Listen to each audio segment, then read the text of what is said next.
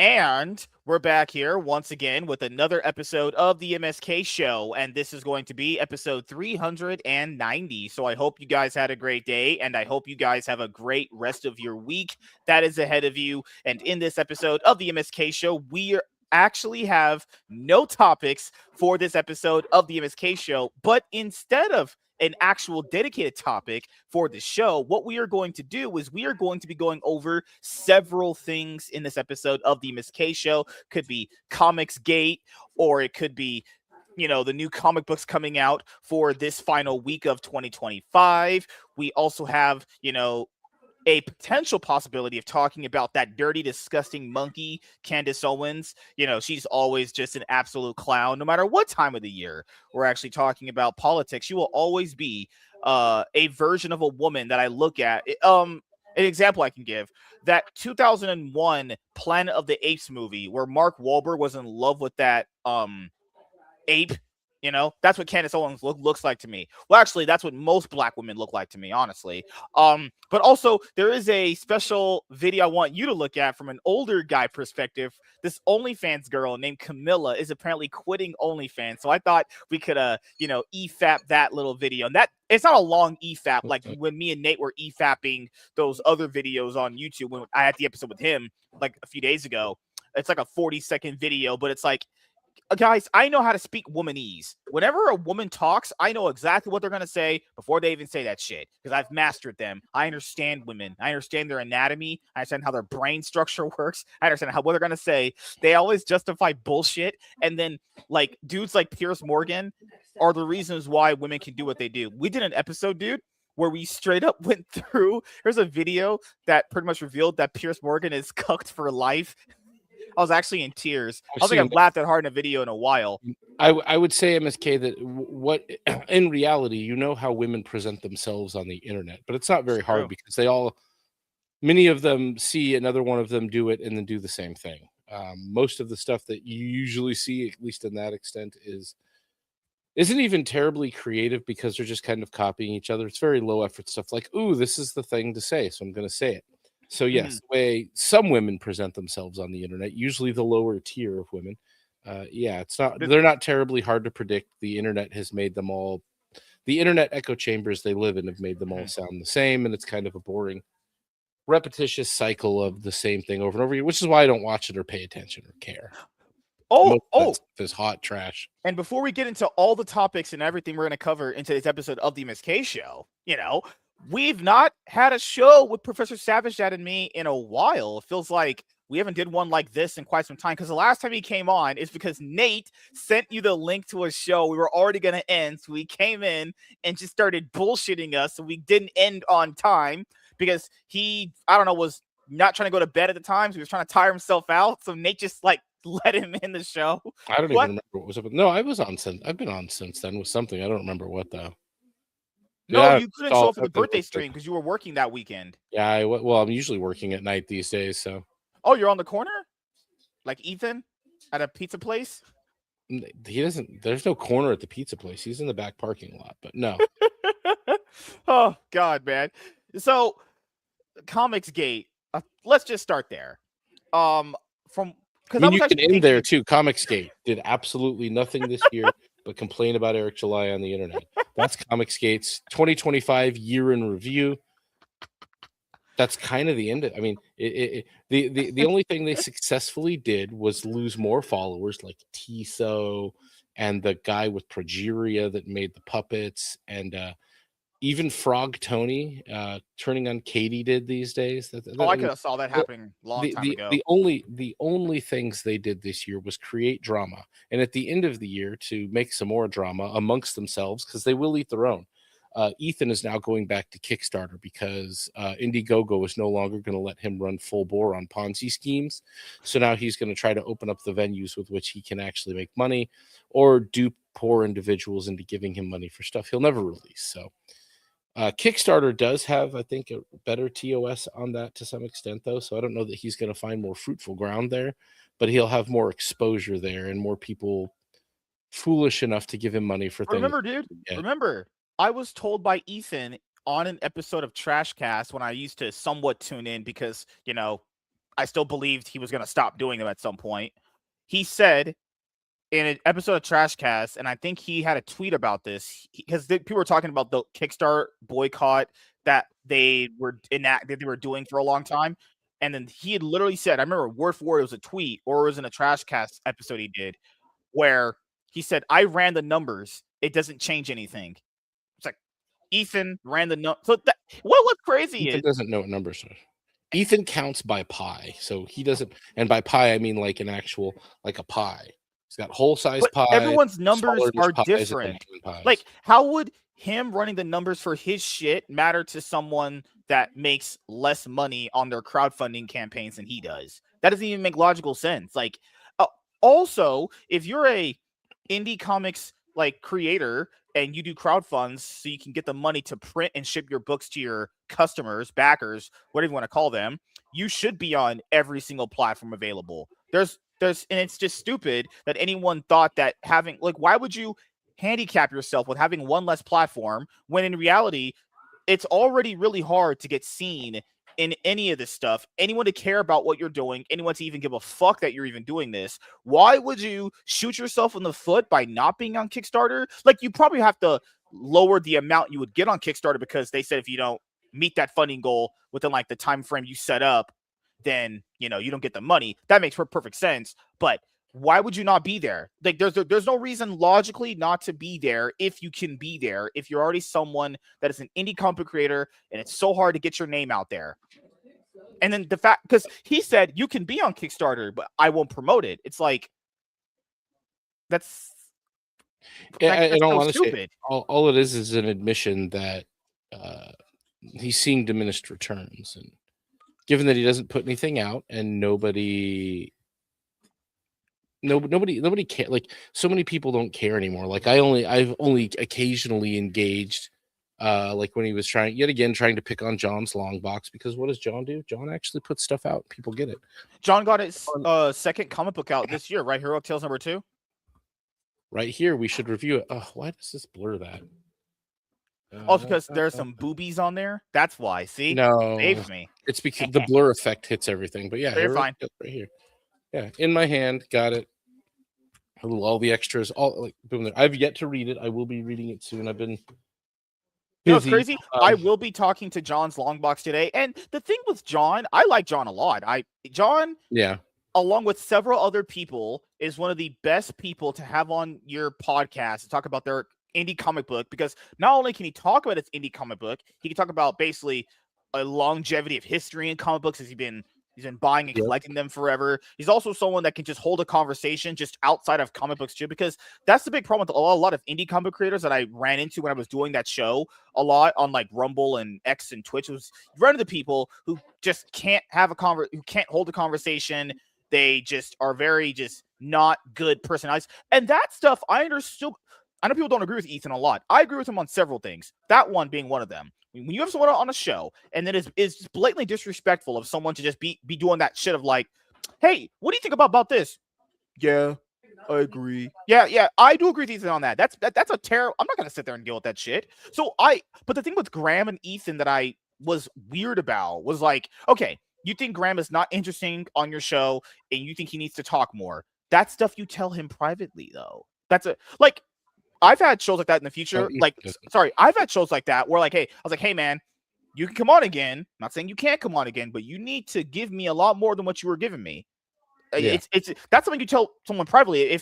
Because if Ethan, right, and I don't want to justify this, but if Ethan is taking his time out of his day, which I don't care for this fat retarded moron, but if he's taking his time, if I'm taking, I'll put myself in it. If I'm taking my time of the day to help you, I better get some damn enthusiasm, something because if I'm sacrificing my own free time to help someone, you would think you should care about me sacrificing my free time for you. That I can understand, but this guy is telling people, the whole mantra of CG was grab an ore and everything.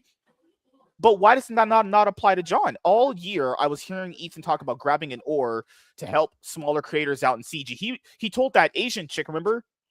The one with the big tits, he was like, yeah, everyone is deserved promotion in Comicsgate. He said that everyone is deserved promotion, even if you're big or small. You grab an ore and help someone out. Why didn't that apply to John? See, the reason why I know it's a bunch of horse shit is because he's just talking out his ass. There's no actual logic behind it. It's like what politicians do. They just kind of say things that are just nice to say, sounds good in theory, but well, Ethan doesn't have any sort of actual moral framework, and yeah, well, Ethan, the reason he would say that kind of shit to Graham Nolan of all people on a live stream is because he thinks he's more important than Graham. He thinks he's the biggest thing ever, but like unlike Ethan, Graham actually puts books out, like Escape from Monster Island, the third book. some nice little Here it covers. is. Yeah, it's with the special Trump special cover that he did. Swag in the back, so someone who considers themselves CG, but someone who also seems to keep a very healthy distance for himself from like I feel like Graham likes the term CG and likes what it meant before Ethan was involved in it, and he's trying to hold on to it. But Ethan is not. I don't know if he considers Ethan a friend or just a method with which to buy. I bought this without watching anything. He might be one of those guys that John said doesn't like him. Because remember, John on. There's plenty of guys that don't like him. I would be surprised if Graham I'd be surprised if him. anyone liked him outside of Bosch, that one guy Lawless. Outside of and by I mean this in a term of. I think John and I think Shane likes him, but I think Shane is such a meek, timid, empty little man that he can't not like he feels like Ethan is going to be his friend no matter what, and Ethan will eat his lunch and spit him out the second it's convenient for Ethan. Ethan doesn't care about anybody but Ethan. He's just a piece of shit narcissist. But yeah, that's they aren't putting anything out. I mean, I don't think Ethan, people like Graham are, but the Ethan the new CG. Did Shane put out a book this year? I don't know if he might have. I know that Shane actually puts books out now. Whether or not they're any good, that's another question. Oh, he did. He was the one that struggled to get 100K. I forgot the name of it. It was like it was the spin-off book to his main one. I remember he did a crowdfund for that, and it was one that struggled to get 100K. I know Mandy did a crowdfund for that Pit trade paperback. Remember that? That's not going to get shipped out or released for a long time. Her book Gem Shock, even though she put out updates, she put out that one update in a long time on her Indiegogo page. That one, she hasn't shipped that book out at all. I thought some people had received it, but I don't think everybody has. No one posted about it. No one posted about it. Nobody cared. It probably wasn't good. She's not a creator. She's a random chick that showed up with big tits and self-inserted into a book after the 2-finger inserts, and nobody cared. But that's the thing, though. Nobody really talks about, like, the only person I've ever seen really bring up the CG books in a review, I mean, besides John, that's what got him ostracized. But Anna brought up Shane's book and basically said it wasn't very good. And then they're all just like, oh, well, you can't trust what Anna says. Same thing with Cyberfrog. When Anna reviewed Cyberfrog, I don't know, 1 or 2, she said she'll never do it again because, how much people just hated what her opinion was on it. And this I know you saw this in my mentions because this retard he deflected to what these people always deflect to Eric July. Always do. I was like, hey, even when you guys get some of these CG books, you don't read them, you don't review them, and you don't review them because if you say anything slightly negative about them, potentially these guys are going to kick you out of their little internet echo chamber, right? Yeah. So, yeah, that's what it is. And that's the way they're making money right now. So that is what it is. And, Hi, Emilio. What's up, buddy? Yeah, and also Ethan he didn't put any books out this year. Nothing. No, he hasn't put out. Dude, he hasn't released a book since. You know what's funny? The second Cyberfrog. He yesterday there was a clip from Geeky Borders. That's the only place I even see that trash cast bullshit. He said we're just gonna chill for the month of January. Ethan, you've been chilling forever, so chilling month doesn't matter. He's been chilling since he went to the hospital. Which was after Cyberfrog 2. He put out Cyberfrog 2, and that's the last thing he did. Yeah. Period. There's nothing new that he's drawn, written, released since that. Yeah. Oh my god, man. Oh, you know what's crazy, dude? And the last thing about CG, oh yeah, you said Tony and Katie are still fighting with each other or whatever, and he finally admitted that maybe she potentially was I have to say this because of legal purposes, a slight PDF, you know? Yeah, it's She almost might like she she's a might be. disgusting, Sources say. worthless. It's almost like she's a disgusting, worthless human being. And that was known just from what people found out about her, you know? It's just a waste of time. In all honesty, dude, they're all a bunch of people looking for something. They're trying to fill some kind of void in life with the drama from Comicsgate. More than it has, it doesn't, like, the term Comicsgate doesn't have anything to do with comic books. It has to do with Comicsgate is about former comic book creators dealing with their growing irrelevancy in the medium. It has everything to do with them fighting against independents and newbies and part-timers coming up and showing them up, frankly, at the end of the day, in the art of creating in that medium.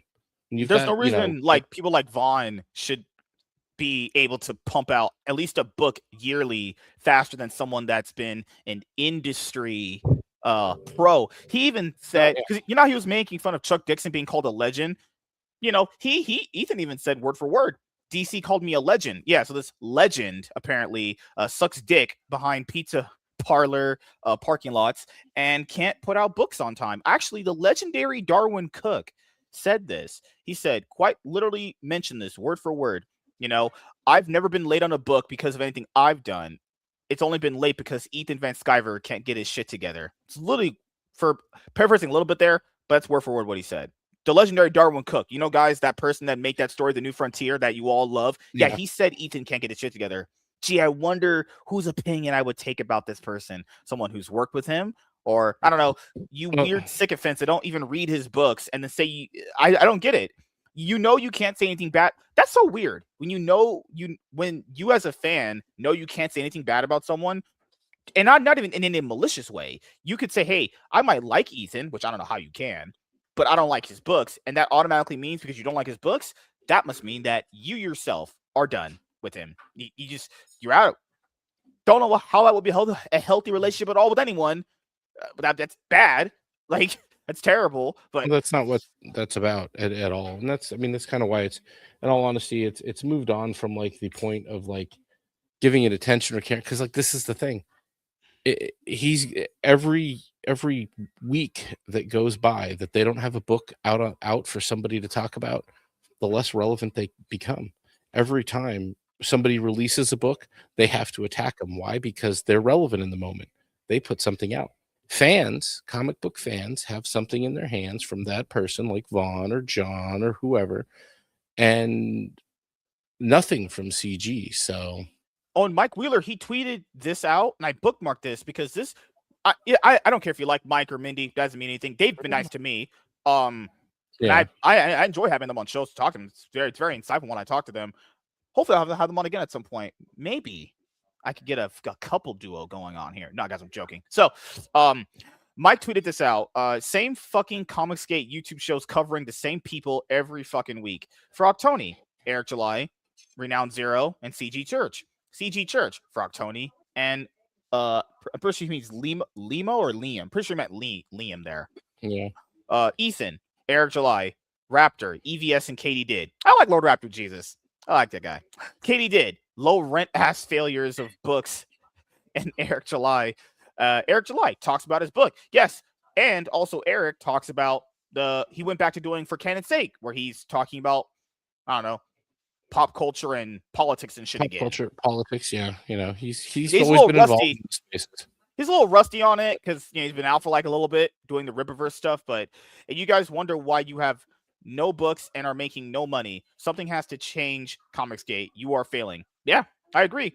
I agree with everything said. Oh yeah, that reminds me. That reminds me. I haven't put Edwin on my new account, so I can keep track of what he's. Because he always would post their statistics and everything else, which drove them nuts. Yeah, I think did he deactivate his Twitter account because I've not seen him. Oh, maybe he did. I haven't seen him either. I'm surprised. He at least would usually pop up. Yeah, maybe he noped out. I mean, good But for you wanted him. to cover but outside of Comicsgate, you wanted to cover what was coming out this week. So I'll being completely honest here. The only thing big coming out is Ultimate Endgame, which is the 5-issue miniseries ending and wrapping up the Marvel Comics new Ultimate Universe.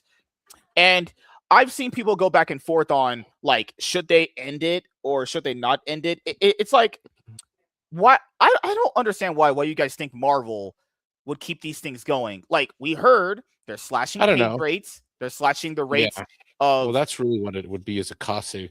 It's sad though because they're making money on it. It'd be like if Scott Snyder leaves Absolute Batman, is the book selling well enough that people are going to stick around, that they're going to keep printing it? Probably.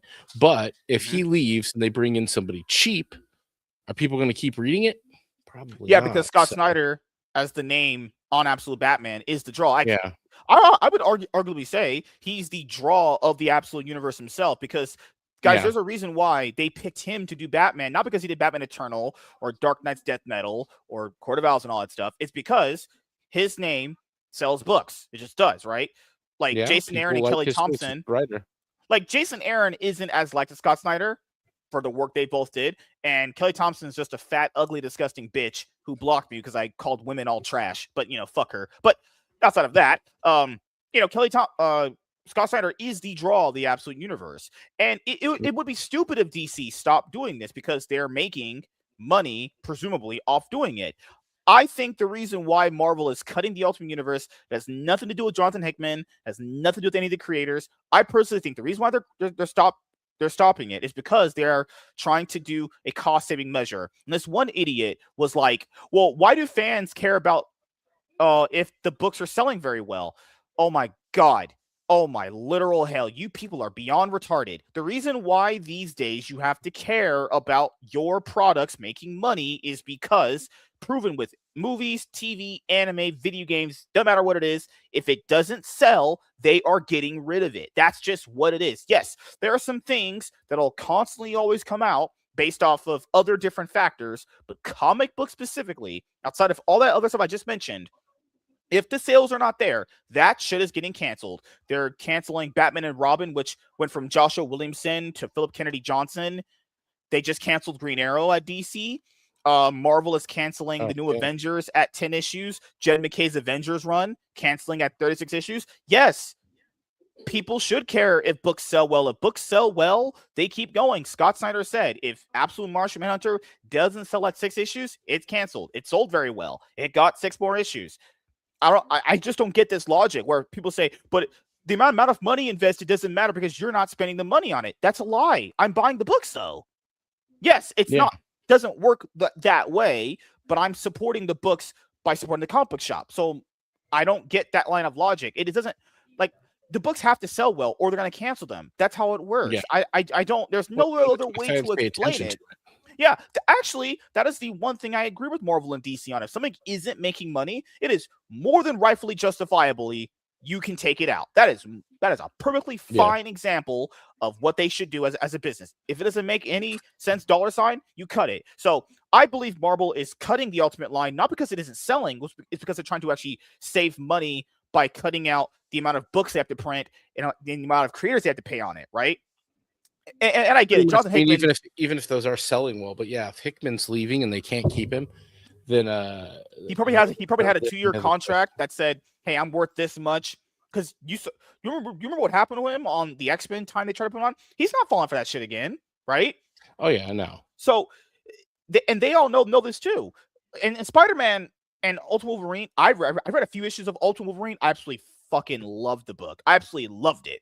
I absolutely really like Yeah, Ultimate Spider-Man. Ultimate Wolverine was really good. Ultimate Yeah, Spider-Man it is was probably good. the best Spider-Man in the last 20 or 30 years. Yeah, So it was good. yeah, But I think the reason why they're getting rid of the Ultimate Universe is because they're just doing it as a business thing where it's just a cost saving measure, right? All these creators, all the writers, you yeah. cancel all Well, those that they books, you didn't save some money. That's all it is. they didn't like. I mean, it is probably that, and it's much easier for them to do that when they're already like annoyed that people liked that. People liked having Mary Jane and Peter together and like married and having kids. Like that was people are clamoring for it. People want more of it. And this is the state of Marvel is that they are actively against the idea of giving fans what they want. they are not going to do that. They do not want Peter and Mary Jane together, and the fact that that's the way it went in this Ultimate Universe definitely rubbed the Amazing Spider-Man editorial staff and probably the writers the wrong way, because people had nothing but basically when they brought in Joe Kelly and they had the new writing team, nobody fucking cared about New Amazing Spider-Man because it sucked, one, and two, people wanted to read the Spider-Man that actually wasn't sad and pathetic. And fans getting that was not what Marvel wants. I mean, this is just the state of Marvelish. You have to realize. Yeah. Fans get what they want.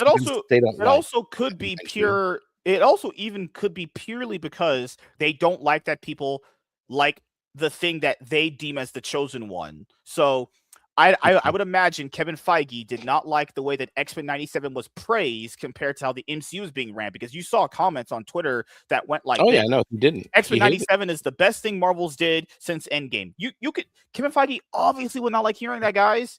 Obviously. No, I mean, we know that he hated. I mean, Bo DeMayo gave us a pretty good explanation of exactly how there was several tweets where he explained like the business meetings went exactly as I thought. Hey, we should do this. Kevin Feige goes, no, pause. We should do this. Yeah, that's my idea. But I thought of it. A Scarlet Witch Sorcerer Supreme book. Scarlet Witch is the Sorcerer Supreme. Holy fucking God. Bernard Chang's art is not bad. I don't know who the hell Steve Orlando is, though, but judging from his picture. Steve Orlando is the guy that has been on the Scarlet Witch book forever that gets canceled at 10 issues and relaunched with a new number 1. And it's happened like 5 different times. X-Men Age of Revelation Infinity Comic number 9. Like, what the hell even is that? Nobody cares. The only worthwhile books coming out is Ultimate Endgame. And I mean, unless you're reading Punisher Red Band. Yeah, the Ultimates and Ultimate Endgame. Punisher Red Band, Laps said he liked it. I read the first issue. It was okay, but it didn't explain enough to me. The cover art looks good, but I don't know who the internal artist is. I only have this here because I have the other issues. Predator. I'm just a huge fan of Predator in general, so I always just get these for vanity reasons. Yeah, I mean that's just going to be a sales thing because it says Predator on it. People are going to get a kick out of it. Or unless they're fans of Jeffrey Epstein. Maybe. Then you got this weird X-Men. What is it? Another Age of Apocalypse, like member berries. Always just another way for them to do a number 1. Always a way. Fucking hell. Yeah. Age of Revelation finale number. I don't know what the hell that means. Marvel Zombies Red Band. The World's Come. The World. I don't even know what that is. And Marvel Zombies, like, does it still sell? I mean, maybe it does. I don't know. Yeah, that's what I wanted to bring up when you were talking about this week of comic books coming out. This is the week where they throw the absolute just doesn't matter because it's gonna go to 2026 anyway. Like, this is the week of the year, guys, where it doesn't matter what drops. No one's gonna give a flying fuck. The only big thing this week is Ultimate Endgame. That's it. Everything else is just you don't even care, because by the time you actually leave your comic book shop, by the time you leave it, you're gonna be drunk, high off your ass, because it's New Year's Eve and everyone's gonna be celebrating. So there's not even they hit tomorrow. So yeah, there's not even I didn't even see any good trade paperbacks or collected editions. That it's a pretty thin week this week for sure. Yeah, it's really, there's nothing here because this doesn't even count. Because did Mike Baron ever fulfill the Nexus omnibus he was gonna do? I thought some people got it. I haven't seen it though. I don't remember. Yeah, Walter, what's up, man? How you doing, dude? Yeah, that's it. Oh wow, Irene's Fiendish is on here. That's interesting. Yeah, you'll see indie people's stuff on here. You have like web comics. There's nothing. Yeah, literally, this is what I call filler week. This is just a week you drop some bullshit. I have my stuff booked out for. Let me make this a little more smaller. I have my shit booked already. I have this row. I have this whole row. That's rare for me to have the first full row there. These 2 are booked marked. These are booked. Yeah, first week of January, it's packed. Are you gonna get this 50th anniversary Treasury Edition, Superman versus maybe Spider-Man facsimile edition? I don't know. I'm pretty thin on spending money on books right now, so I don't know what to get. I was thinking if I had some money, I might pick up my kids Sonic books, but Supergirl War oh, tomorrow. Mega Man Legends is finally gonna make Legends Timeline is finally gonna come out. That one's way late. Let's see. They're dropped. So they canceled the Power Rangers Prime book at 12 issues at Boom, and then they're gonna relaunch it with Mighty Morphin Power Rangers Zord Quest #1. Honestly, the art here looks very good. Just with the cover, this looks fucking great. That looks awesome right It there. does look pretty cool. Now this is a one shot, so if it sells very well, then potentially maybe a new Mighty Morphin Power Rangers series, comic book wise, starts, which is interesting because this is the only way to keep up with Power Rangers at this point. Because whatever Disney does with that new live action series, who the fuck knows what that's gonna be? You know? Oh God, I don't want to see a Disney Power Rangers. To answer your question, Walter, I can't say, man. I think everybody's in a bit of a rut. I mean, DC Comics is probably at least making some of the smarter moves. Compact comics are good. They're cheap. They're going to sell. They move well. DC's Finest do very well. That's a nice little line this for them. is I would say that for DC because one, they have the absolute line, and as long as they can keep the creative teams on it, people seem interested in what they're doing with it. Now, once they start ham-fisting things, or maybe DC's main editorial starts getting some sort of say over the direction of it, like at Marvel, it's probably not going to last very long. But yeah, you know, from the main line, I think DC's in the same rut kind of Marvel is, but the other things that DC is doing is focusing on other old stories, making trade paperbacks available, omnibuses, the compact comics. They're doing things to get their old stuff into people's hands. Oh, their stuff is in stores. Have you been to Walmart recently and looked at the book section? I went to mine, and they have this giant magazine Batman anthology book where it has a bunch of different Batman stories. Cool. It costs like $15. You probably have it at your. You should though that DC even at Dollar Tree put their books in at least Dollar Tree. They're in convenience stores. I have. Let's see. Sit over here. Where did I pick this up? Because I remember I saw those. This was sitting on the shelf at the.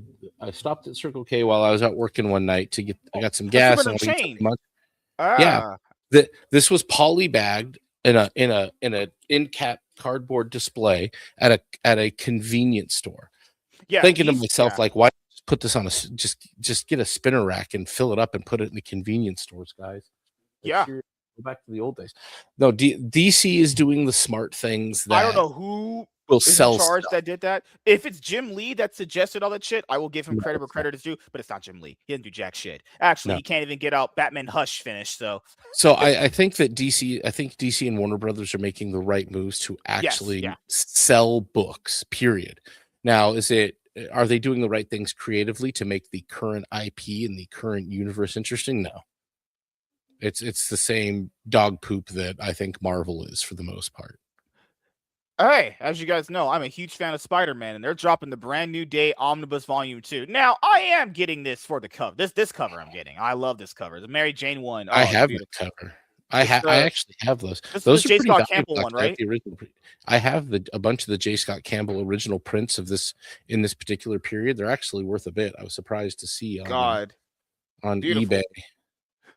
What else is coming out? I mean, that's pretty much it. Like the rest of the week, like January actually is good. Like January is good. It's a good month. Like there's a lot of good stuff coming out. But like Walter said before, I don't know what else they could do. I mean, unless they get a stronger digital kind of strategy going on there, because I feel like their digital strategy just isn't really that good. Like they gave you some free stuff for signing up. It's such a physical medium, though, man. It's going to be hard to move it on there.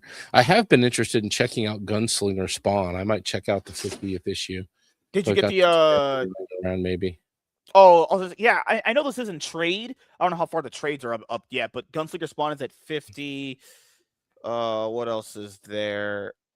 Let's see what collected editions come out this week. The impressive thing about Todd McFarlane is he's managed to keep Spawn pretty well alive and engaged with the fans that he has for it. Like I don't hear people talking a ton about it all the time, but still seems somehow Savage Dragon is still alive. I guess that must have a fan base still too, I suppose.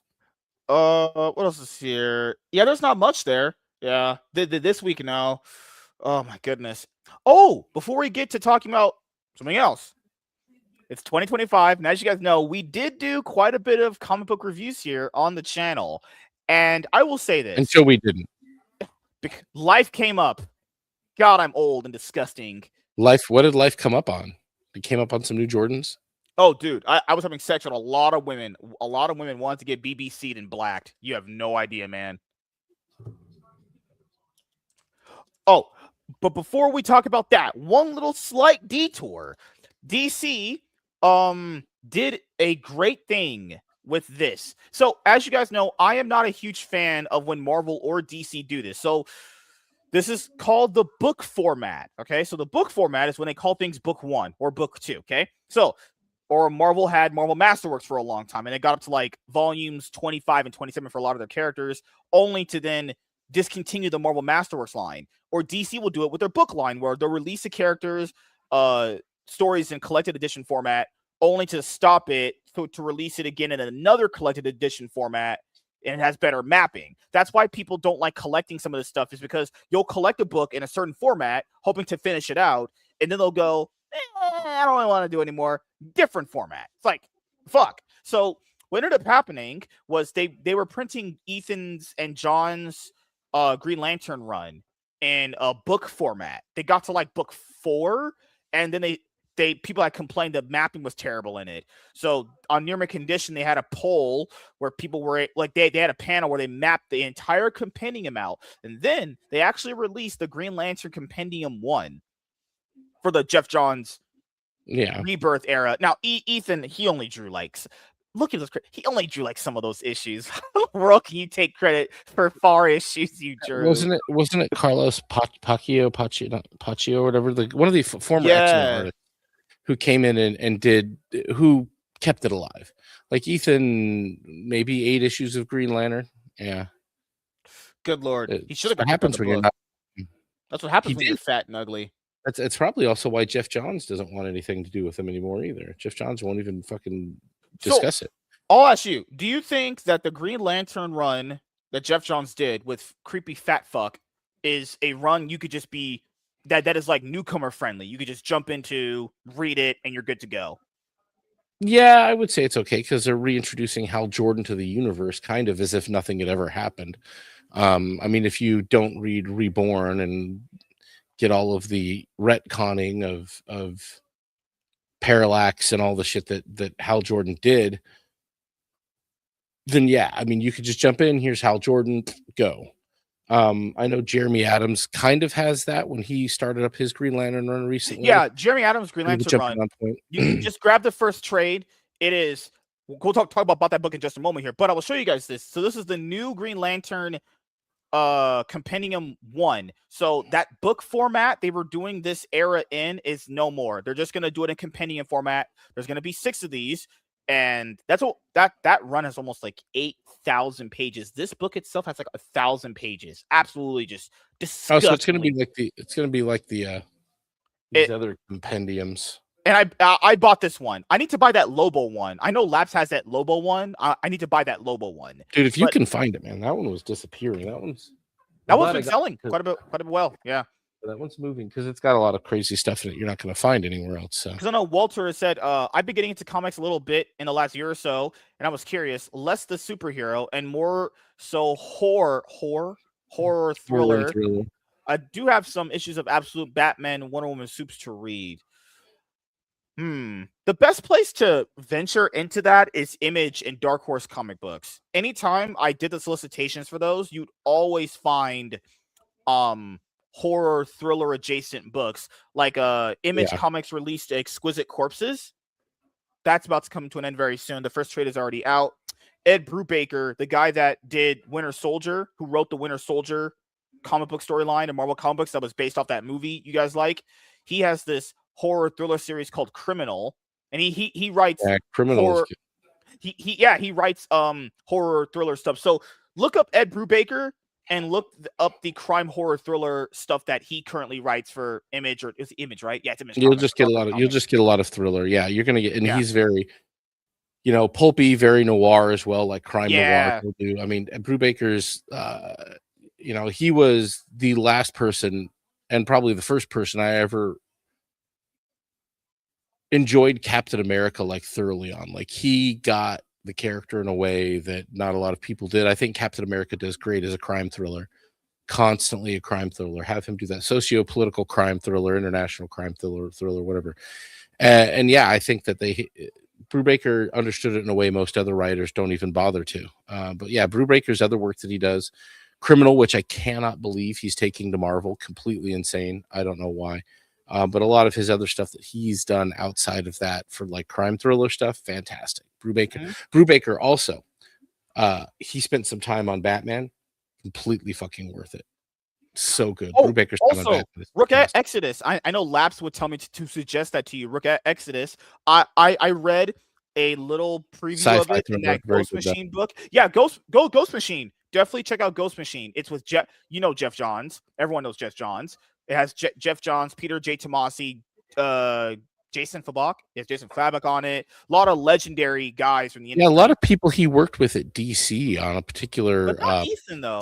But not one particular person seemed to have been completely not. Even though Ethan said he could talk to Jeff Johns right now. He said he could. No, it's kind of funny how many creatives will talk to even guys like John's Longbox and won't give Ethan the time of day. Watch it. Seeing Mark Miller completely blow him off in a tweet thread where Ethan showed up while you could try Millar World. John.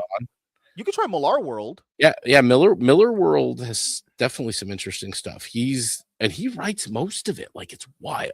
Mm-hmm. But yeah, there's plenty of interesting stuff in there. You're gonna find horror in there. You're also check out The Adventures of Sig and Joe on Global Comics, as Warren would always say that. He always just makes sure to put himself as an ad on the show whenever he could get a chance. Check out Sig and Joe. Okay, yeah, I remember I recommended Exquisite Corpses to you. That should be wrapping up very, very soon. Beneath the trees where nobody sees, something is fucking the children. Skinbreaker. I read 3 issues of it, and it's dude, fuck David Finch's artwork. Oh my god, with is really it worth? Really I saw the cover art. It looked very good. It looked really good. Dude, it's David Finch. It's fantastic. It's the same guy who carried Tom King's Batman run with his great art. It's so crazy. Yeah, the way that David Finch's art straight up carries that guy's run so hard. Without David Finch's art, good lord. Dude. You also said I'm gonna check out Criminals and World Tree. Yeah, I remember when I was doing solicitations, Ed Brubaker always was coming out with something. Yeah, for most of that stuff, if you want the best horror thriller stuff, you have to check out like Boom Studios, Image Comics, and Dark Horse's solicitations on a League of Comics Geeks. That's where I would check out, because on the website they have all this stuff encompassed. You know, like there's stuff that I don't even get to on some weeks because there's just so much of it. You know, there's always like these medieval fantasy books that'll come out. There's always series that are like in 7th issues where I'm like, what the hell is this? Try you could try Lost Fantasy. I know Lap said it when one of his friends in the industry works on that book. That's pretty much it. There's Escape. I know Escape's on issue 5 currently, but then again, one quick little detour before we get to the other thing, which is this year we did do a lot of comic book reviews here. I told you guys we were, at the detriment of my brain completely blowing up. Did we though? But I can't talk about the ones we did read, because I did read a lot of them. So I know Daniel Warren Johnson became an absolute fucking moron with his, I don't know, art piece that he sent out about the Batman choking out the Ice Agent. Separating the art from the artist after I finished buying his Transformers run, and I did say I was going to buy Jurassic League. I did say I was going to do that. Outside of those, I will say his Transformers run, and I'm counting the first book in that because we reviewed that first book last year. Yeah, we did. Yes, yeah. So we reviewed book 2 this year, and book 2. Very, very good. Now, I liked book 1 more personally. Thought it was just way better. But the second volume was really, really, really good. God damn, it was so good. Like, Transformers, good, yeah. Those first 2 trades, it's just, fuck. Just handful of jizz. So good. But I will say, and I know it's going to sound like a cop-out, guys. I fully admit this is a cop-out. I can't choose between Jeremy Adams' Green Lantern run first volume and the Amazing Spider-Man first volume. I love them so much. I like them both equally for different reasons too. Because Amazing Spider-Man, the current one? No. I said Ultimate Spider-Man. Ultimate Spider-Man Volume 1. Oh, Ultimate. Yeah. Ultimate Spider-Man Volume 1. or Jeremy Adams' Green Lantern Volume 1. Both are just, when I read it, it's like, you read or watch something and it's so good and you just can't think of anything better than it. Man, those two, Jeremy Adams' Green Lantern Volume 1 book is so fucking good. It's so fun, energetic. It's got a nice little slice of life balance to it. Doesn't do it too much, doesn't do it too less. The issues that they tied it in with Night Terror were so good. The way that he interacted with the Flash, the way that he beat Sinestro, it's so good. And then you get to Ultimate Spider-Man, and the moment where he has that moment with his daughter because she's scared of him because he's Spider-Man, and he takes her out to try that he's not a bad guy or anything. Or the ending of that book where Mary Jane's like, "You're Spider-Man to me." I was like, just comic gasms all throughout. Just those two to me are the best comic books collected editions I read throughout the entire year. Nothing really beats those. Single issues, Spider-Man and Wolverine issue 1 was very good. Superman Unlimited issue 1, Dan Slott I thought was gonna come in and write some absolute bullshit. No, Superman Unlimited issue 1, and I'm only on issue 3, is really good. Superman Unlimited issue Dan 1 Slott is actually pretty good. So far, it's pretty good. But the third issue, it wasn't bad. It was one of those kind of slice of life crypto books, which is like, all right. But it wasn't bad to the story or anything. So I'll say Superman Limited issue 1 for single issues, and Spider-Man Wolverine issue 1. Just top of the line books right there. Why does women keep messaging me? Fuck.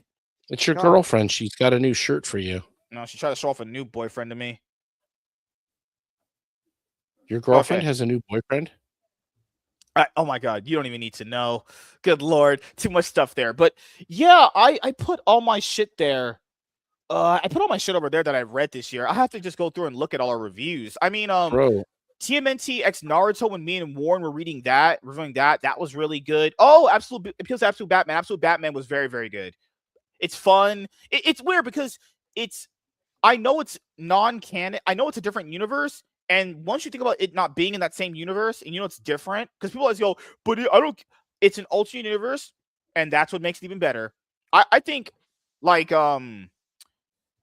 Absolute Batman for sure would be up there, but I wouldn't have it better than those two if I'm counting of things I've just read in culmination. Absolute Batman would be like a third there if I counted Absolute Batman's first 6 issues to that would be third. But Ultimate Spider-Man and Jeremy Adams trade easily beat it. I did like Absolute Power for what it was. I thought it was actually I thought it was good overall. My big problem with Absolute Power was that Mark Waid, and to his detriment, he didn't focus enough on key members of the Justice League. That was my problem, though. It's like, it's fun, it's good, it's entertaining, I like it, but you gotta give the big dog some play. Like, there's no reason why Nightwing should be outshining Batman in Absolute Power. Like, come on, dude.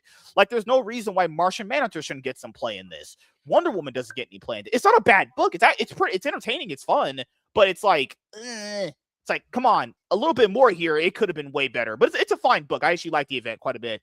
Ultimate Universe, the Jonathan Hickman one. I know Lab's gonna kill me if I say this. It was just so boring. And I don't mind Jonathan Hickman. I've actually read quite a bit of stuff at this point now. It's not that his problem. It's like, it was just so boring. It was just so boring. I was sitting there going like, when does it get good? Like, it's not like it's mind-numbingly explainable. Like, there's so much exposition in that shit.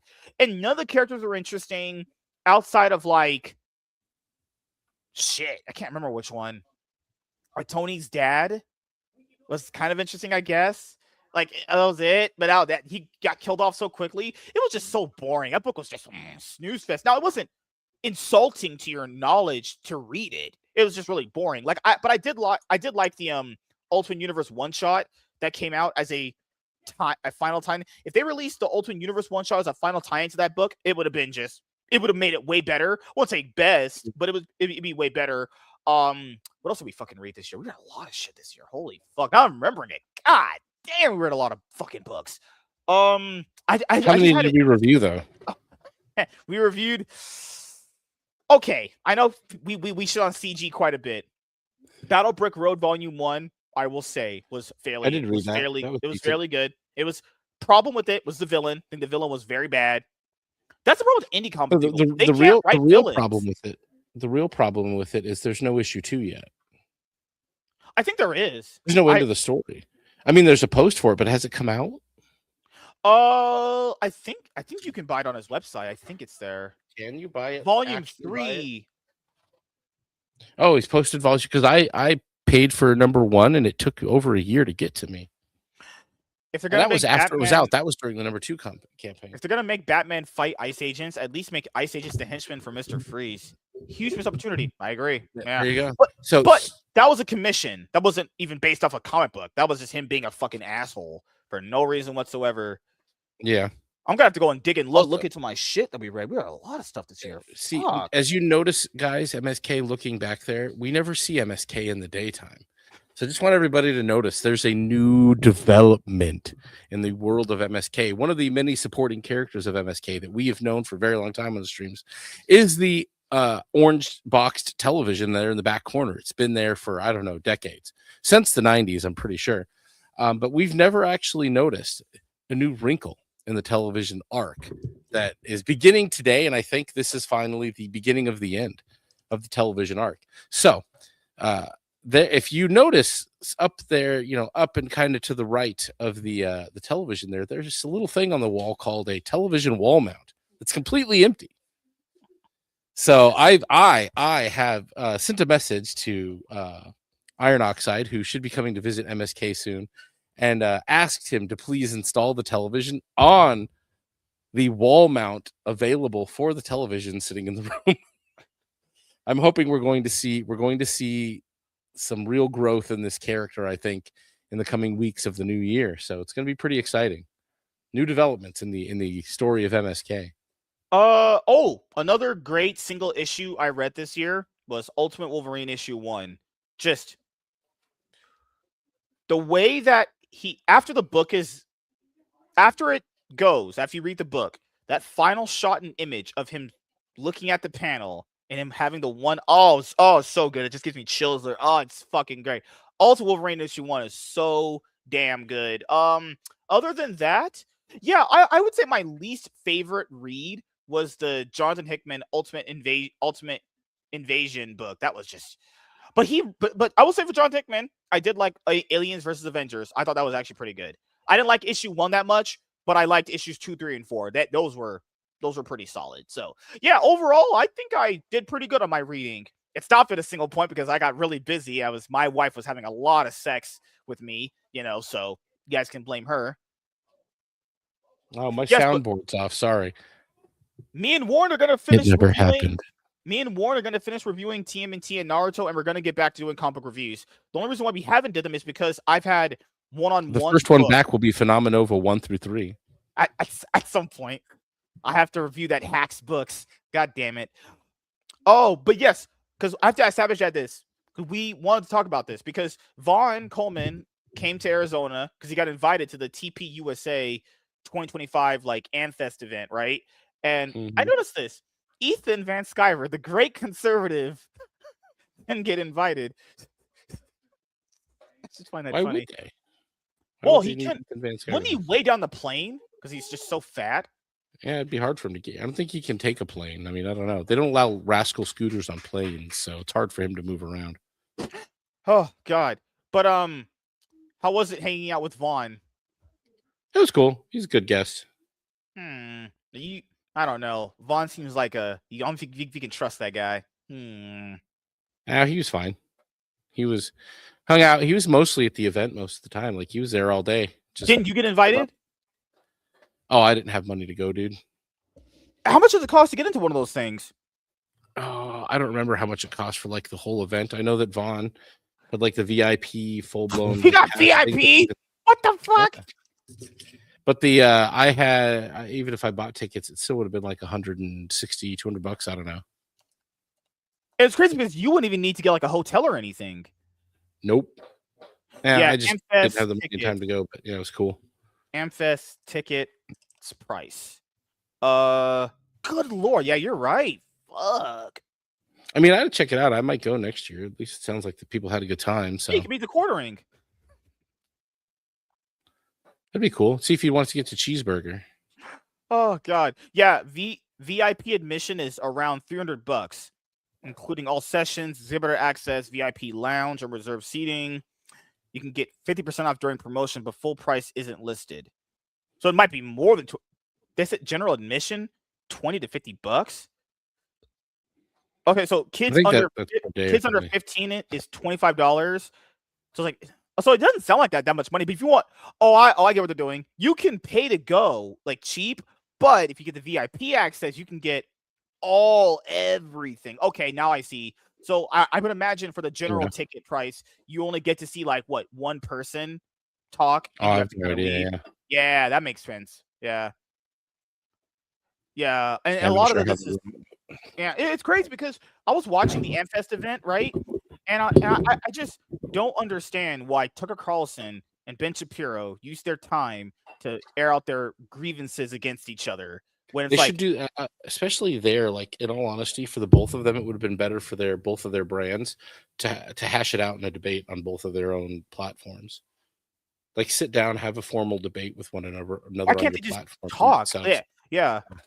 And my thing with Ben is like, hey, I mean, one of the reasons why you guys even see me here today is because I saw Ben Shapiro talking into a microphone randomly one day at a friend's house, and I thought that was the coolest thing ever, you know? But this guy will say that he doesn't like that Tucker Carlson didn't press Nick Fuentes in their debate.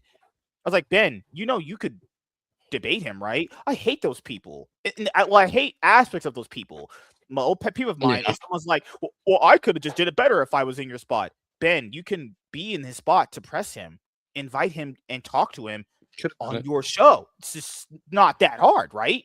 Nick will go on. Nick's talked to Piers Morgan. Nick's talked to Steven Crowder. Nick's went on Candace Owens' show, even though they don't like each other currently right now because Candace Owens is just a disgusting, filthy, like monkey. But she's just nuts. Yeah, like Nick Fuentes will talk to Ben. Ben doesn't want to talk to him. So I just find it very cowardly for someone to go, hey, why didn't you press this guy the way that I think you should have pressed this guy, when he could do that himself? He could be the guy to press him. Like, fucking hell.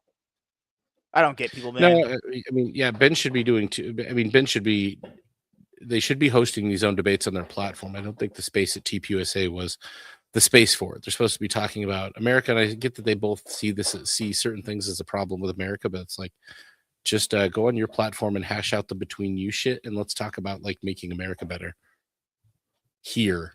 But I don't know. In all honesty, I don't necessarily care for either of them a whole bunch. Like, Ben is kind of a neocon shill, and Tucker is, I don't know who's paying him, but it's not just coming from like his silly propagandistic opinions. Like when he went shopping at that grocery store in Russia, like, please, dude, that's like we've seen these propaganda tactics. That's not being bought and paid for. No, it was an empty grocery store too. There was nobody fucking there. It's like, dude, North Korea does the same kind of shit. Like, Tucker, it's like those videos that people post. It's like those videos that people post on the internet where they're like diving next to sharks, and they're diving next to sharks that aren't like, they wouldn't necessarily bite you if they're next to you. They would just not care if you exist, and that pushes this narrative that sharks aren't dangerous. It's like, you don't have to be scared of these things. They're not dangerous. It's like, well, you're around certain types of sharks that aren't going to do that anyway. So that's disingenuous that you're misleading people. Yeah, and it's one of these things where I can tell when someone's been podcasting for enough time when people go, well, Tucker didn't really press Nick hard. Actually, there's different ways of podcasting, people. You can ask people hard questions and they can answer or not, or you can do this approach where if you give someone enough rope, they'll hang themselves. What does that saying mean? It means that when you give someone a platform to speak and talk, they can just hang themselves. So Tucker just asked him basic questions, and Nick gave him everything he wanted without pressing him. Tucker did not badly interview Nick, if you know how to do what we're doing right here. Nick gave Tucker everything he asked for without saying anything. Nick told people that he idolizes Joseph Stalin. I don't have to press you about why you like that guy. You just gave me everything I wanted without asking. Yeah, well, that was kind of the same thing that Crowder did, and Crowder did get past some easy stuff with him really quickly. Crowder pressed him on certain things a little bit, but mostly he let Nick speak. And it's like, okay, yeah, I can see some of and this is the thing though, Nick does actually tone himself down when he's in a position to be interviewed. And he knows that he's under a bigger microscope, and he takes it and tones it down, or he moves it back. But at the same time, it's just like you could hear him speak about the Second Amendment. You could hear him dismiss the idea that Islamism is some sort of that he doesn't feel like it's a threat, that he's more worried about the people who didn't fly planes into the Twin Towers on 9/11, who almost had, well, some would want to blame them for it, but like, oh yes, the Jews are definitely using Islamic terrorists to commit I don't know, to affect policy change in America. Like, there's only so much of Occam's razor we can ignore before we lose all sense of reality. And yeah, Nick lives in that kind of world. I mean, he's as nutty as Candace Owens, but in different ways, and a little less overt. Like Candace Owens is overtly there to damage TPUSA and the movement that they started because she's pissed off at Charlie Kirk for not dating her. She's worse than a vindictive ex. She's a vindictive never was. But Nick is, and is she funded by Qatar, which I keep hearing a lot of lately? It's very likely. I would say there's a lot more likelihood of that.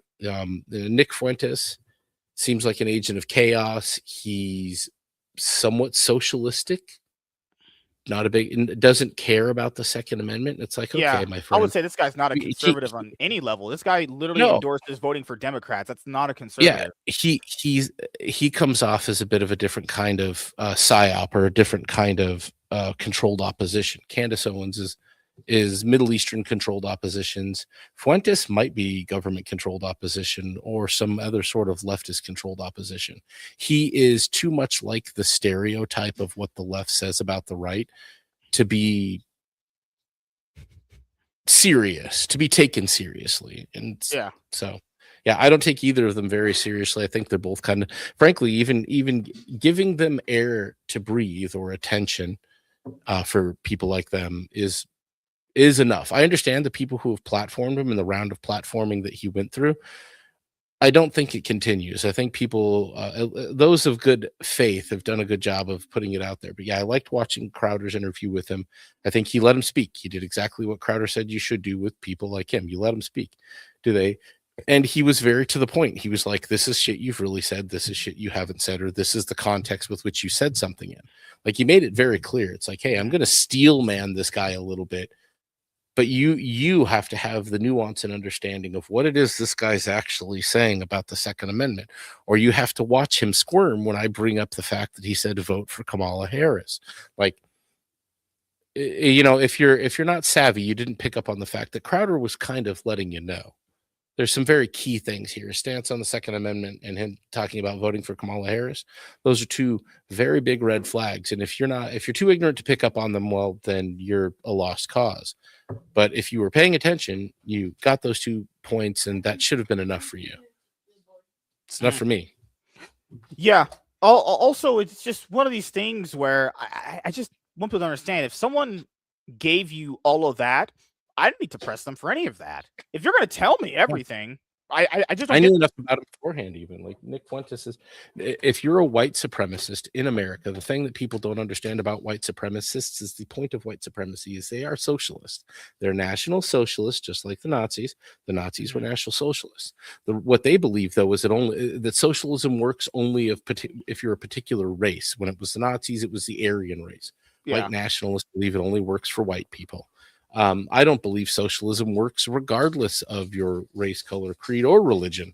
At least not government mandated socialism. At a time, and it was funny, I was watching a video that I always forget his name, but the host of the Y-Files was putting out about kind of finding a way to take care of the people that take care of you. Like, he apparently has this thing now that he's making money. He puts like a 1% aside throughout the year to give to, like, people around him that help him out as trash man, like to do really nice tips at the end of the year for his Uber drivers and stuff, like anybody delivering food. I'm like, that's actually pretty cool. And it was funny. He posts the video with clickbait saying, I'm a socialist now, but it's like, it isn't socialism. It's a community taking care of each other without the act of government intervention, because government intervention didn't make it better. When communities could, of their own volition, help each other out directly in their communities, not spread across the United States, because the government doing this has been and always is a failure here and anywhere else that does it. Even through the church, to some extent, they would help take care of the communities. But if more people could make that caveat in their lives, and I understand it is hard today. I couldn't right now. I'm not in a position to, but hey, cross my fingers, I'll be there someday. It will be absolutely something I try to institute next year, or I take 1% of whatever I got coming in and try to do something nice like that. Because I'm literally there right now. I am doing that, as I'm out doing Uber Eats deliveries and everything else. I'm very thankful for every tip, and I'd love to be able to drop a $100 tip on an Uber driver this time next year. Say, hey man, thanks. I was here. I get it, dude. And I see plenty of other people out there. I always wonder about their stories. Like, what are you guys doing? Like, what has this? But do you enjoy Uber driving? Doesn't bother me. I don't mind it. It's money. Oh yeah. And I don't mind driving. And it's the food delivery and stuff. It's fine. You do get a more flexible schedule where you can be at home a little bit more in the morning compared to getting up at 6 a.m. in the morning and driving to work. I drive until I'm done. I set a goal for myself at night. During most of the week, it's not very high.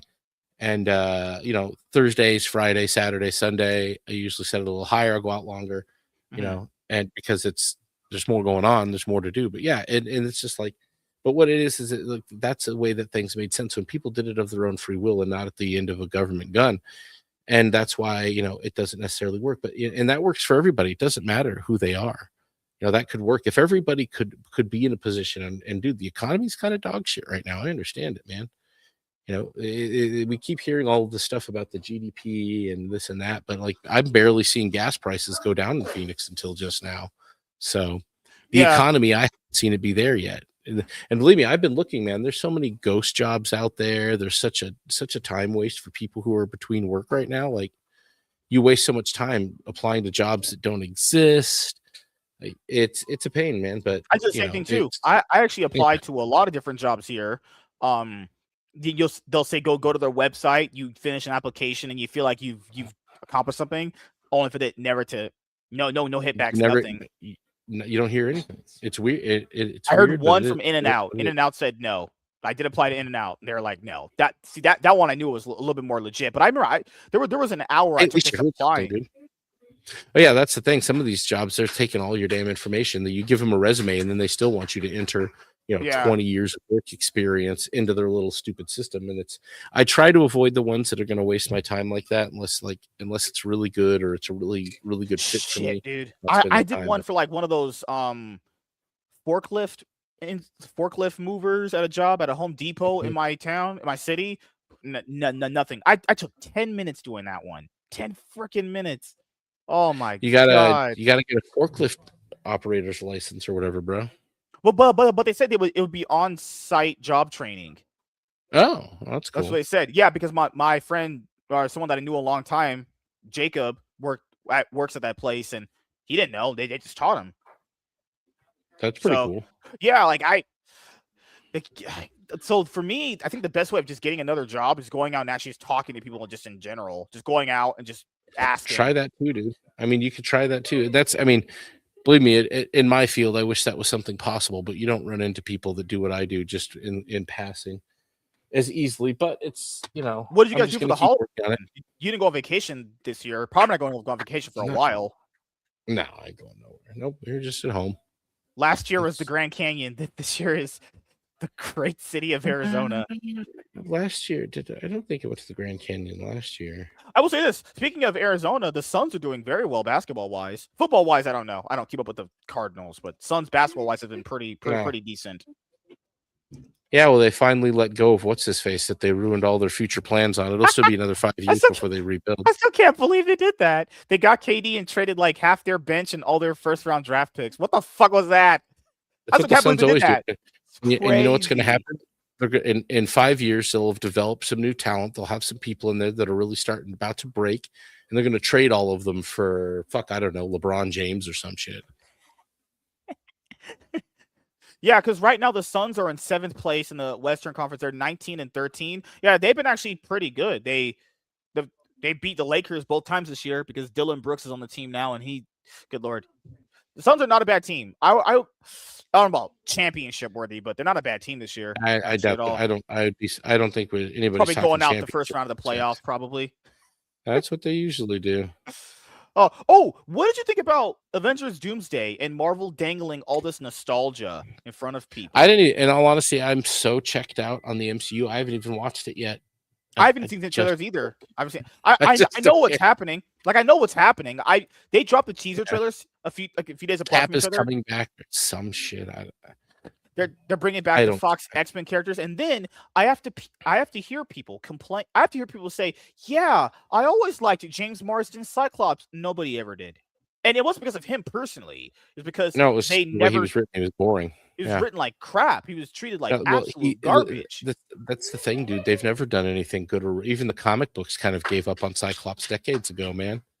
They don't care. The last thing they did with him Cyclops was interesting. The best places Cyclops has ever shined to me was the X-Men animated series, and you guys said he was good in X-Men 97. Yeah, he was good. He actually got good treatment from Bo DeMeo. I appreciated that, but they haven't treated him well in the comics forever. The last interesting thing they did with him, and it wasn't for the good, it was the whole thing where he was like this angry pseudo anti-hero, and he started banging Emma Frost or whatever. Like him and Jean Grey broke up, and that was just such dog shit. I'm sorry. The whole Emma Frost and Cyclops thing, it's like they've turned Emma Frost into a bigger whore than She-Hulk at this point, except she's just going around and marrying everybody in the MCU. Mm-hmm.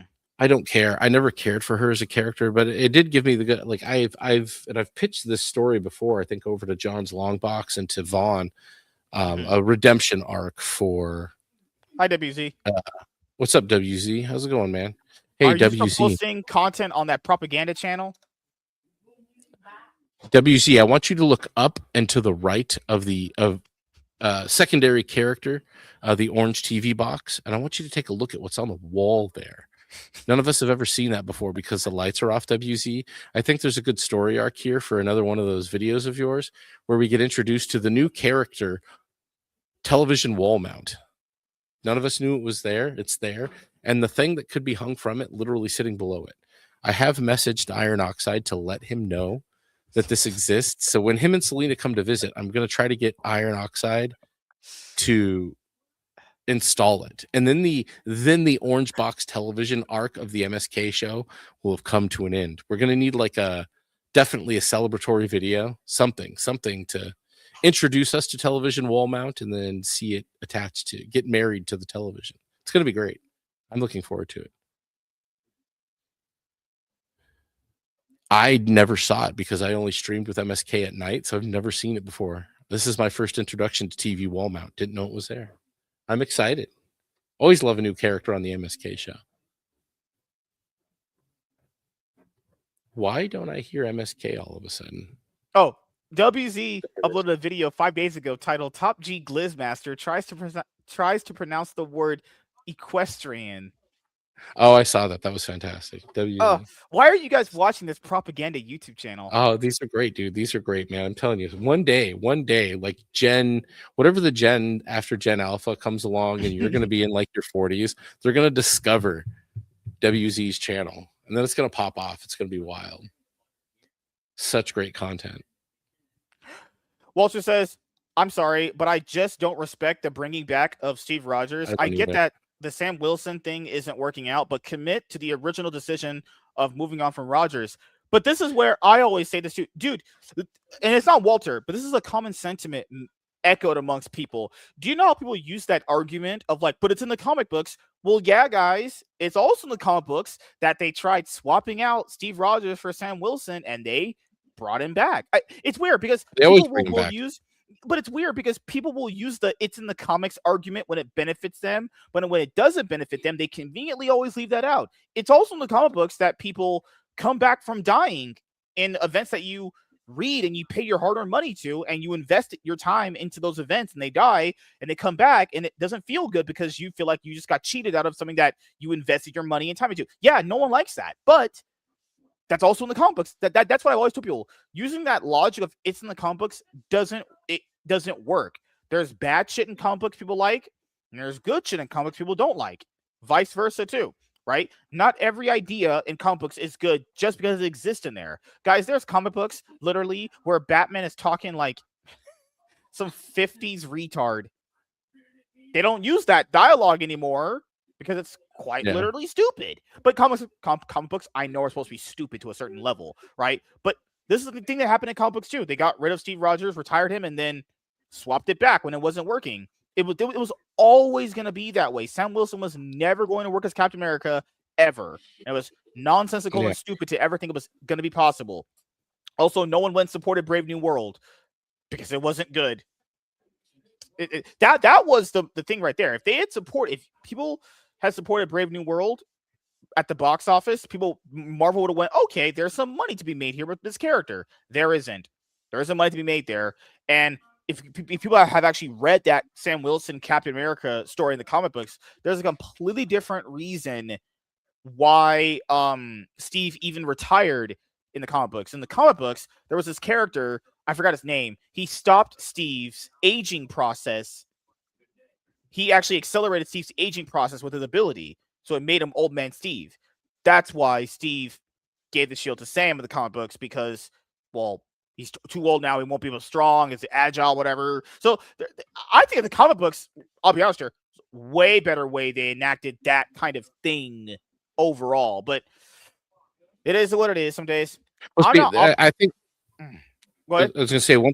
No, yeah, I was going to say one thing I think is going to happen, and this is what's so annoying about them bringing back Steve Rogers. The reason I don't care is that they're going to make it Nazi Hydra Steve Rogers. That's going to happen. I'm going to put it down for you right now that version of Captain America is going to be the Nazi one. That was Hydra controlled. That's what we're getting. So don't get excited. Don't get your. Everyone's getting their hopes up about it. I already know what's going to happen because I know what Marvel wants to do. And believe me, fans fucking hated that shit. Fans were pissed. Everyone, and then they made Magneto a Nazi, which really set some people off since he was, a survivor of Auschwitz or whatever. So,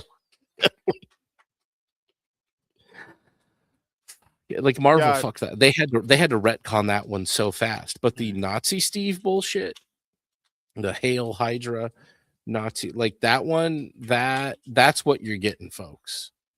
Mark my words. Who knows? Also, I know. Just the mere mention of Steve coming back already outshines Sam Wilson Captain America. That's why his Captain America is not a thing that it's one of those ideas that people pretend to like on the surface, but in reality they don't like it themselves as much as they say they do, because we can use that based on the fact that, guys, Sam Wilson had a 5-issue miniseries in the comic books this year. No one cared. Just that alone, no one cared, right? People didn't really like Falcon and Winter Soldier all that much. Not me personally, but people didn't like it all that much. Brave New World, it's not good, and I agree, they didn't give him the best stuff to make him succeed. I can agree with that, but just the idea of him being Captain America wasn't going to work in general. It just wasn't. People just don't like him as Captain America all that much. They just see him as Falcon, and he should just be Falcon. But yes, I'm not operating from the mindset of the comics. I'm operating from the mindset that they had a original vision for their Marvel universe, and they reversed course. It's not about the comic. Just comic books do that too. Just pointing out, they reverse course when shit doesn't work out and pan out. That's why I always said retiring him and killing them off was stupid, because I knew they were going to come back. It's so pointless to make a big fuss about them retiring this character and killing off this other one when we know they're going to come back eventually. Well, Iron Man probably not, but who knows? Iron Man might eventually come back eventually, maybe recast it. But Marvel fucked up when they have to use Secret Wars to soft reboot their universe. That automatically means they knew they messed up somewhere in Phase 4 and 5. Plot twist: that baby Steve is holding up is his son, Adolf. Dude, it's coming, guys. I'm telling you, that's what you have to look forward to. So be excited because it's going to be the Be excited of cheese dangle. Hey, you guys love That's part the of the reason I stopped reading Marvel comics. Like I was like, you know what, I'm done now.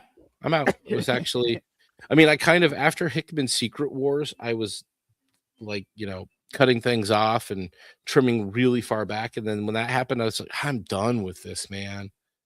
And then I was out. Yeah, but and I want people to understand the reason why I'm bringing up the comic book argument is because it's echoed the same way in movies, not the one-to-one adaptations, but it's echoed in the same sentiments. The sentiment of, well, this kind of shits on what they built up before. In this web too, that's what comic books go through. They shit on events that people invest money and time into, massive events, tie-in issues, mainline issues, only to be like, well, that really didn't happen. Let's just kind of do this. That's why I told people using comic book logic does not work in that way because they do the same shit there. Why would people not think it would happen in the movies? Phase 4 and 5 wasn't going to work. No one liked the fucking characters. Kate Bishop Hawkeye, who's only known in a comic book run by Matt Fraction, which is that guy's only known work he's ever actually done by a lot of people, and his Thor run. So this person that they used, so Kate Bishop, which is I think created by Matt Fraction. It's the only thing this guy's ever known for, and that character failed. Gee, I wonder why. I just only could imagine why that failed. Just doesn't take a rocket science to know that. King K-Man the First. Hi, how are you doing, sir? How are you doing? If you're black, that's not me. I'm a white guy, but WZ says, I don't care who they bring back. I'm looking forward to a movie that I can get some enjoyment. Yeah, I feel like Doomsday is just going to be on the same level of Endgame and Infinity War, honestly.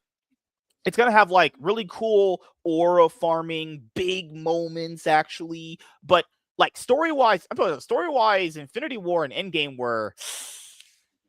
Well, Endgame more than Infinity War, but, like, story-wise was, woo! They were doing some loose bullshit there. Telling you that right now. I think Walter's got a good point there. Like, yeah, it could just be that Peggy comes out with the shield entirely, dude. That would you know what, Walter, that would also not surprise me. I think we're gonna get Nazi Steve because they're not creative enough to do something different. But yeah, if they were gonna make her be like full-blown Mary Sue, they might do it. LOL, long time no see. Hope your holiday and your will went well for you. I think I remember you. Yeah. I think I might remember you. Fucking hell. I mean, MSK so many people. A lot. So. I forgot a lot of people. But yeah, man. You forgot the television back there in the corner for like 3 years. So I'm just saying. I can guarantee you after this episode's over, I'm going to remember exactly who you are. And I'm going to be like, fuck. But just in case I'm doing the comic book thing. I'm retconning it before it happens. Hope you're doing pretty good, man. Hopefully everything with you is going great too. But yeah, we'd love to have you guys more around whenever you can come around. Even if you're just like lurking, watching. That's fine too, actually. We did an interview with... Oh! Yes. I remember now. I remember who you are now. Yes, I remember. Black guy, trucks from Chicago. Yes, prefers Chi Gamers. Now I remember. Yeah. There you go. See? I got it all up here. He does remember that. Rice. I did burn minute rice. I did do that. No. Damn. Did you cook it for 2 minutes? It is only supposed to be 1 minute. Exactly. That's why it says minute rice, not minutes rice. 1 minute. How am I supposed to know exactly? An hour and a half. How am I supposed to know exactly a minute of rice cooking? No rice I've ever tasted good tastes a minute to make. Never. That's why it's called minute rice. It's special. Oh God! Instant mashed potatoes taste better than that. That's like just get regular rice, bro, and a rice cooker. Oh God, man. But gaming wise, did you see the Game Awards? I did. Did you like anything from it? Do you think it was a decent event overall? Well, they came back and retconned their own Game of the Year, Expedition 33. But no, I don't care. In all honesty, I don't think there's any good award show at all. I don't like award shows. I don't find them interesting. I think award shows are so stupid. Yeah, I don't like it either. Look at the vanity of me. Look what I do. Look how great I am. So like I like the idea. Game, so I don't care. Like, I like the idea of what a award show is. Like, you celebrate the medium. That is fully understandable. Yeah. I like the idea of what an award show is, but it always comes off as like, hey, look at me. I'm retarded and stupid. Hey, like, I told Elon Musk to go fuck himself on Twitter. Give me more work. See, Tony Yeah. gets it. If Rogers does come back, hopefully he brings the kid with him as essentially his baby Yoda. Instead of his shield, he throws his kid.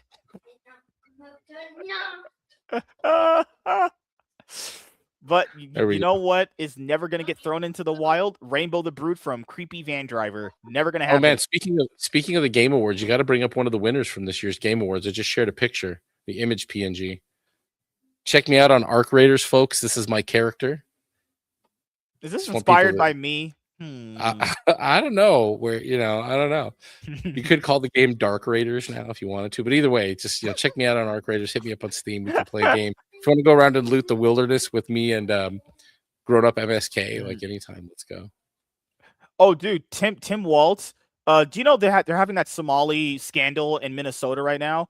So Tim Waltz had a quote from one of his interviews that because he does, those public press interviews they have with all the authorities and the media. He said, quote, "Most crime is committed by white men. This is why I hate people like Tim Waltz and why I will never, ever move to Minnesota, root for any team that's in Minnesota, is he does that thing." So let's say a black person gets in trouble and then the black person goes, "But look at what this white man does." Oh my God. Do people not know how much deflection that is? $9 billion. So that means that any race beside white people can do anything they want, just do whatever, because more crime is committed by white men. That's the dumbest logic ever. That's literally stupid people logic. Well, he's not. He is retarded. So you got to remember. That's like if you went out and just stabbed like 5 people, and you could say, "Well, I'm Indian," but more crime is committed by white people. What? Thank you for calling technical support. How may I help you? I need a louder thank you come again because it's not loud enough. I didn't even hear it. No, I have it on my soundboard here on StreamYard, but I like using the monkey one more. Thank you, come again. That's loud enough, yeah. There you go. But I don't know. It was over for Comicsgate the moment that Ethan launched a Ko-fi account to get funding for this light in his house, even though he claims to be a millionaire. And guess how many people supported his Ko-fi, guys? 0. Fatality. That's pretty epic. Even his Sims didn't want to buy him a light. No one supports Mandy on Ko-fi. They don't want to support old 50-year-old Darkside Phil has never provided society with a thing. Darkside Phil gives society nothing. He's actually a black hole of like merit. He sucks in the good from the world, but somehow he makes a living doing this shit. He makes a ton of money. Ethan Van Sciver is trying to mold himself in Darkside Phil's image, but nobody cares.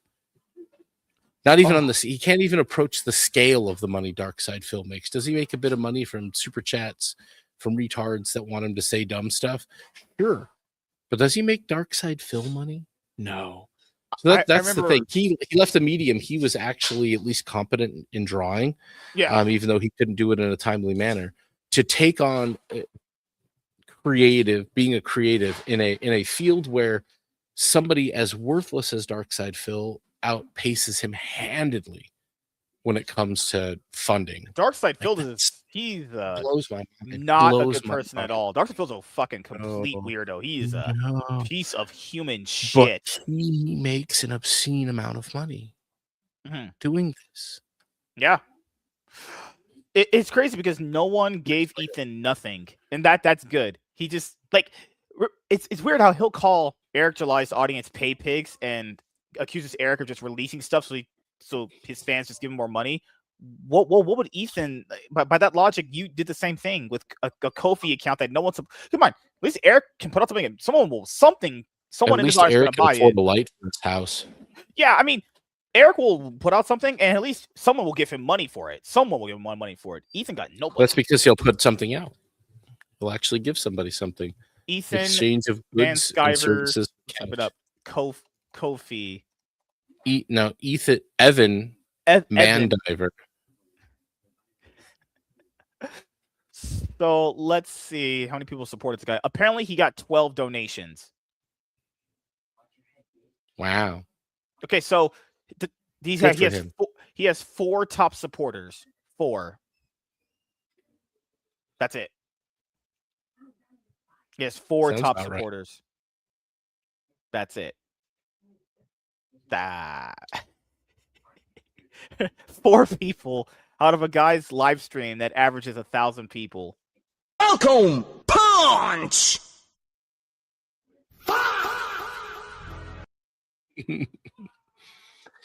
Yeah. Well, and this is the thing. Less people will continue to talk about Ethan. Will continue. Like nobody has anything much Mandy to say. Summers, Oof. Kofi. Oh, I just want to support Mandy Summers. It's just butthole pics. I'm sure. She has 8. She has less people than Ethan, and she's a girl with her tits out. She has 8. Like that's it. 8 people. So apparently she's received like 8 donations, but she has 2 top supporters. That's it. 2 top supporters. What do you get out of this? You get them to respond to you. But this takes out less taxes than YouTube super chats. That's doing it through PayPal is a lot more less fees that gets taken out. And she received what, 8 donations and only 2 top supporters. 2 top supporters. I don't get it. Yes, WC. You guys don't need to see that. I don't have an OnlyFans account at all. No. What I do with black people is that, like, I let people know that black people black people do the hypocrisy thing. That's the problem. They act like they don't do. They act like they do crime justifiably because it's someone else's fault. That's different, right? But yeah, Tim Waltz is always gonna. Tim Waltz literally said recently, white people should apologize for being white. It's like, what the fuck is that guy? Just a horrible person, man. Oh my god, how does someone like that get in power? It's absolutely disgusting, honestly. But yes, we're gonna wrap it up here. So now I know you have to get to doing some other stuff. So this is our last show of the year. Did you want to shout out any comic books that you did read this year that you did enjoy that people should go and check out? Like from the indie book standpoint, I really enjoyed Heroic Tales. I really enjoyed Phenomenova. 2 great books. Pick them up. Let's see, what else did I pick up and read? I'm trying to think if there's anything like that comes to mind.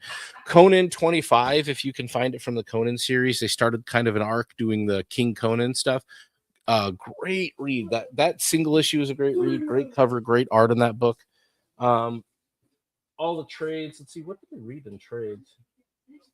I read the Transformers stuff. Still need to get caught up on the G.I. Joe stuff. I picked up but I didn't. I've yet to read it.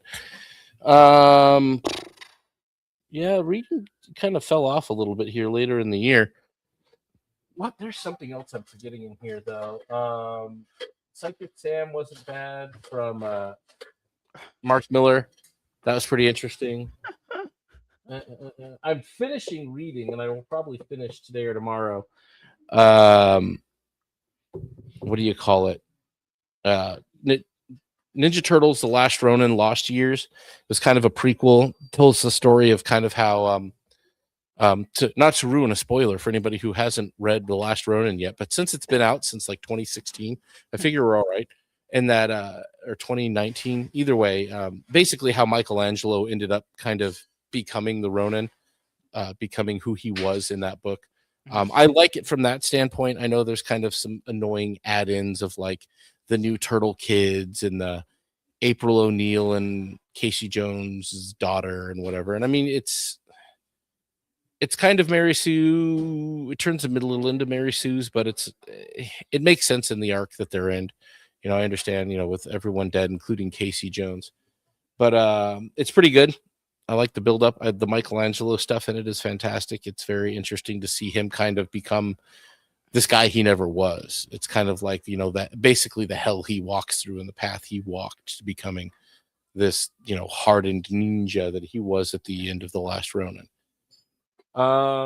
Anything else pulling to mind? I guess big stuff this year. Another thing on the indie scene, the Horseman stuff from Rippaverse and the Great War of Separation from Rippaverse. Both Chuck Dixon books. Both probably the best stuff put out by the Rippaverse so far. And Zaylan was very good. The art was fantastic because Joe Bennett had a consistent inker in that one. Unlike Alpha Core, which we talked about, the inkers really do make a difference in the way the art looks. And if you put multiple in the same damn book, it really throws off the rhythm. But Zaylin was fantastic. Zaylin, I really hope to see more of. I hope to have the money to see more of Zaylin at some point. But yeah, it's those are probably the big ones that I read. Obviously, Transformers has been pretty consistent throughout the year, and Ultimate Spider-Man were like the only things I was excitedly reading for myself besides Conan. And I still recommend picking up the Conan stuff. Oh no, you know what?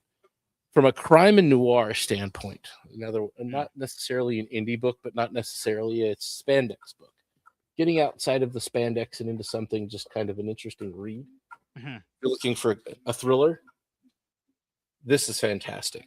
They do a bit of the color pop thing. It's is actually a French comic created by Enrico Marini, an Italian author and artist.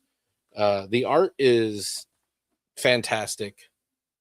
Great story. Good format. Relatively inexpensive. But the hard case crime that comes out from Titan Comics,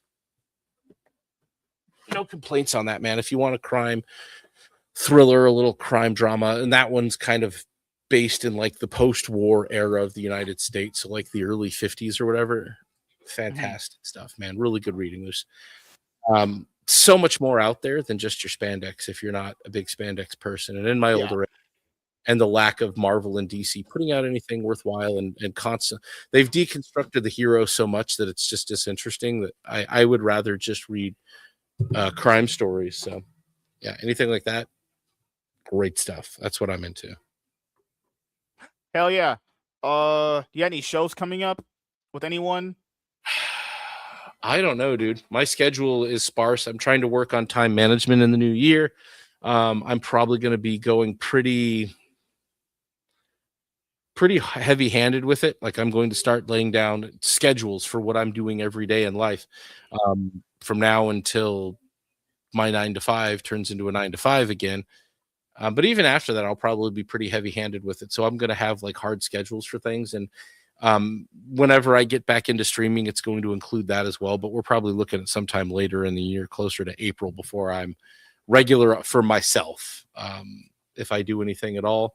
But I'll be around shows. I don't know when or where. Anything at night's probably going to be hard unless it's really late. I was on Beelzebub on Friday, but that's because it was like 11 and I hit my goal for the day and came home. So, yeah. What about, because I know you and Labs did a review of that Kyle Rayner compendium. Would you recommend that to people to read?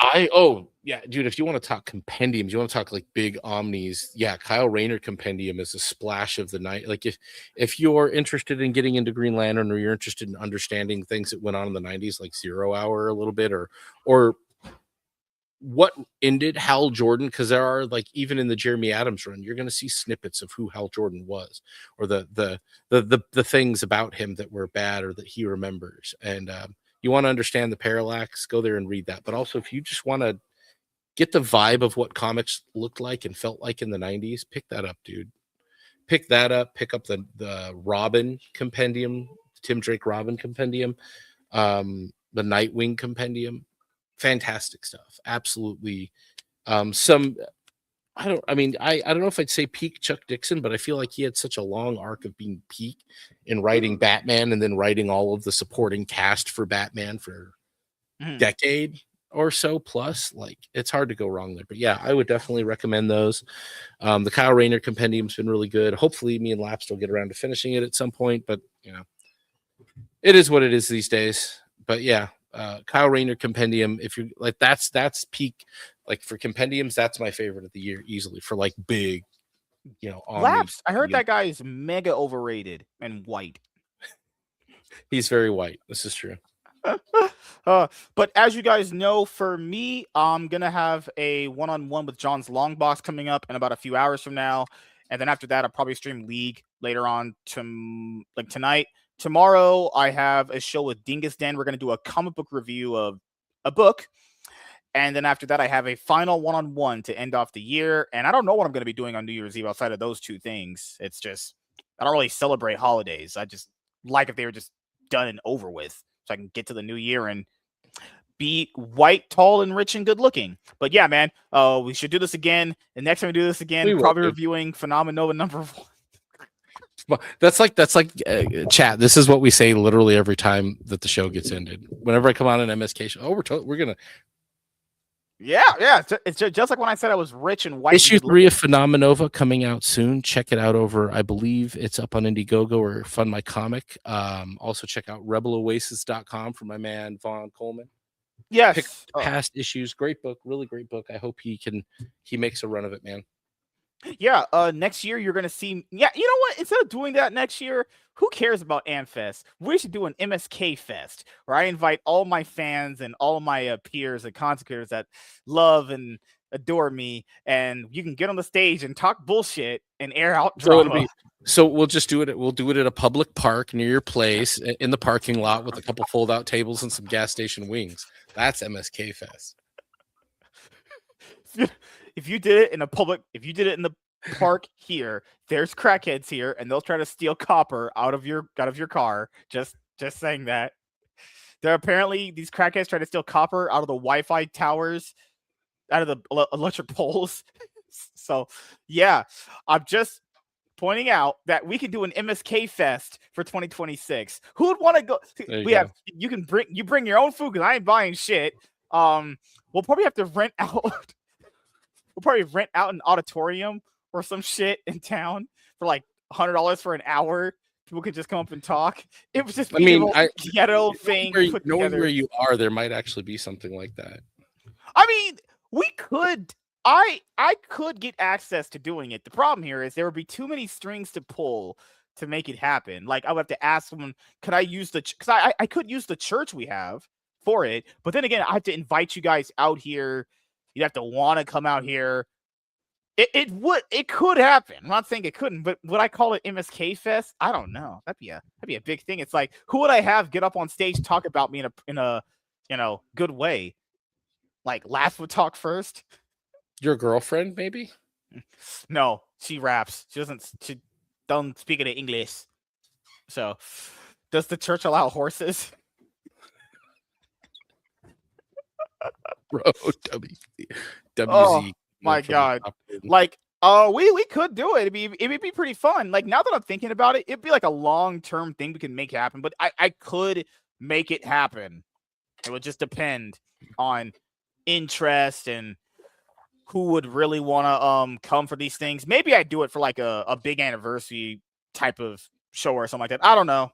I'll have to mull over the ideas because James is always mentioned like, hey, we should do something for your fans that like you. It's like, but I don't want to do anything. We can't do anything big. I'm not a popular person. I'm a very loved and liked person because I'm rich and good looking and hot, but and I have the best bed known to man that's partially inflatable. It's that shelf there next to the television. That's when we're coming into like top tier characters from the MSK show, you've got bookshelf one over to the right of him, you've got the bed shelf behind him, and then you've now we have both TV, orange box TV, and TV wall mount. Characters practically write themselves. Good Lord. MSK already defaulted over to his OnlyFans account. I'm not looking at porn. Not happening. But hey, maybe we'll do an MSK Fest coming up in 2026. We'll invite Vaughn. Vaughn is used to like a big. We'll invite Vaughn. He's used to this like big convention, big parking lots, a lot of personalities. It's gonna be like MSK Fest coming soon, folks. In the we'll hit it up over there at the 7-Eleven parking lot. It's gonna be off the chain. Hey, guest, we'll have chicken. We will have chicken. Oh my God. There will be some chicken wings. Oh my God. There. I hope one day Professor gets to visit MSK. We already seen each other in real life, you weirdos. Gay people. This shirt has been worn every day for the past 3 weeks.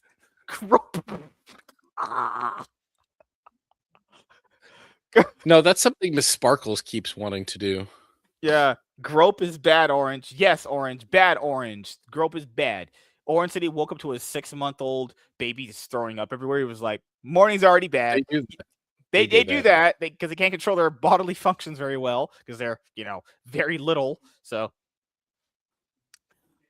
yeah. So I know Iron and Selena are probably coming the second week of January. That's for time frame he said, but he was waiting for Theo to get back because Theo is on vacation. Apparently, he's going to be back soon. So, because Theo said he wanted to come. Yeah, we got to do an MSK fest. We're gonna really go big with it. I got all the big speakers coming. I got myself.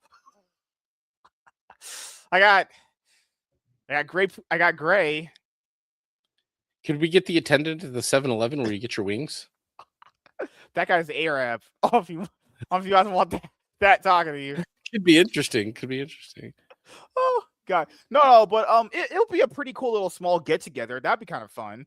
WZ, could you put together an ad for this? Not on that propaganda YouTube. WZ, yes, WZ. I think we need an ad for MSK Fest 2026, like a little teaser ad. Oh, one last quick thing. I promise. That right there. You guys see it in every one of my videos. That Batman Ultimate Guide. If you're someone that doesn't know like the history of comic books to a certain extent, when it involves like a big character like Batman, I do recommend reading Batman the Ultimate Guide. I do recommend reading that and Superman's because like that Spider-Man villain guide that I got as a kid was so amazing to help me like understand the villains and history and the characters.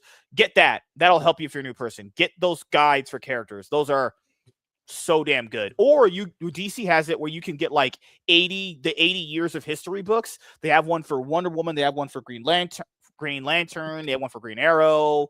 Those are good too. I always recommend those. Yeah, that is great. Yeah, that is amazing. Mm-hmm. What was that one? Oh, that's a pop out. It's a fold out book. Sword fighting. The MSK Fest. Horses, dildos, and comics. MSK likes books. But as you guys know, all right, wrapping it up here, like I should have did when I had sex with my wife.